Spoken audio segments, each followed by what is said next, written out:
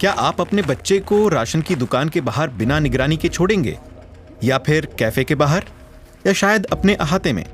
Finland वासियों के लिए इनमें से कुछ भी असाधारण नहीं है। रोन्या और उनकी बेटी एल्मी भी कोई अपवाद नहीं। बच्चों को बाहर छोड़ना बहुत आम बात है। ये सुरक्षित है और मुझे भरोसा है कि दूसरे लोग उसे देख रहे हैं, जबकि वो यहाँ है और मैं स्टोर में जा सकती हूँ। रोन्या पेरो का परिवार एक सामान्य फिनिश परिवार है। रोन्या और एरिका अपनी 1 साल की बेटी के साथ पोर्वू में रहते हैं। ये टाउन राजधानी हेलसिंकी से महज 50 किलोमीटर दूर है। रोन्या एक फिल्म प्रोड्यूसर हैं और एरिका एक होटल मैनेजर। दोनों मिलकर अपने घर और बच्चे का ख्याल रखते हैं। मेरे ख्याल से ये एक आरामदायक और भरोसेमंद तरीका है जो हम अपने बच्चे को पालने के लिए अपनाते हैं। आप उन्हें कोशिश करने और नाकाम होने का मौका देते हैं।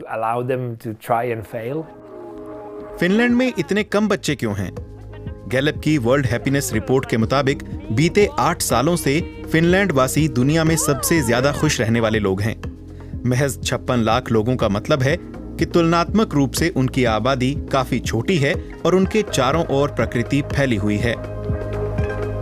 आंकड़ों के मुताबिक फिनलैंड में प्रति महिला बच्चे की दर महज 1.26 है।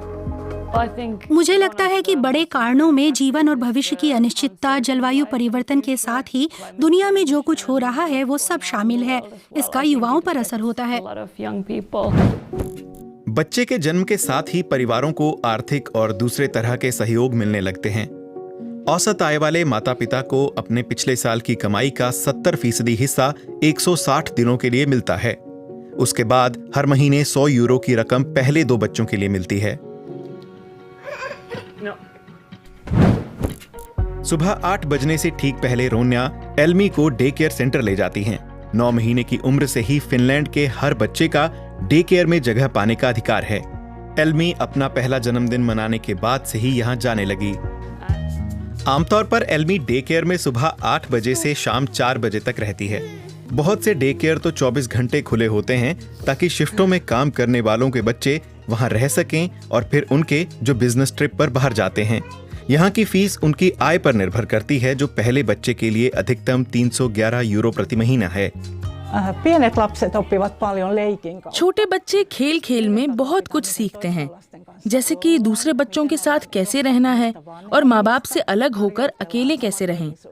फिनलैंड के आम दिनों में बहुत कुछ खुले आकाश के नीचे होता है। हम संगीत का इस्तेमाल कर भाषा का अभ्यास कराते हैं, पढ़ते हैं और खूब गाते हैं। आज एल्मी लंच के लिए घर में है। छोटा सा परिवार आज की दोपहर साथ गुजारेगा। हालांकि ये दोपहर की हल्की नींद का वक्त है। रोन्या एल्मी को बाहर यार्ड में ले जाती हैं। एक बेबी फोन बच्चे का तापमान नापता है और अगर वो उठ जाए तो अलार्म बजाता है।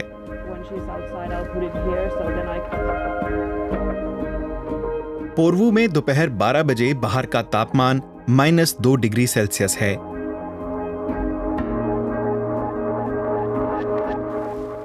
मेरे ख्याल से बच्चे को बाहर सुलाना अच्छा है क्योंकि वो ताज़ी हवा में अच्छी नींद लेते हैं। प्रकृति में खूब रहना फिनलैंड वासियों की खुशी का एक बड़ा कारण है। ये परिवार सच्चा, उदार और शालीन है। बहुतों के लिए यही वो गुण हैं जो फिनलैंड में माता पिता की परिभाषा में फिट होते हैं।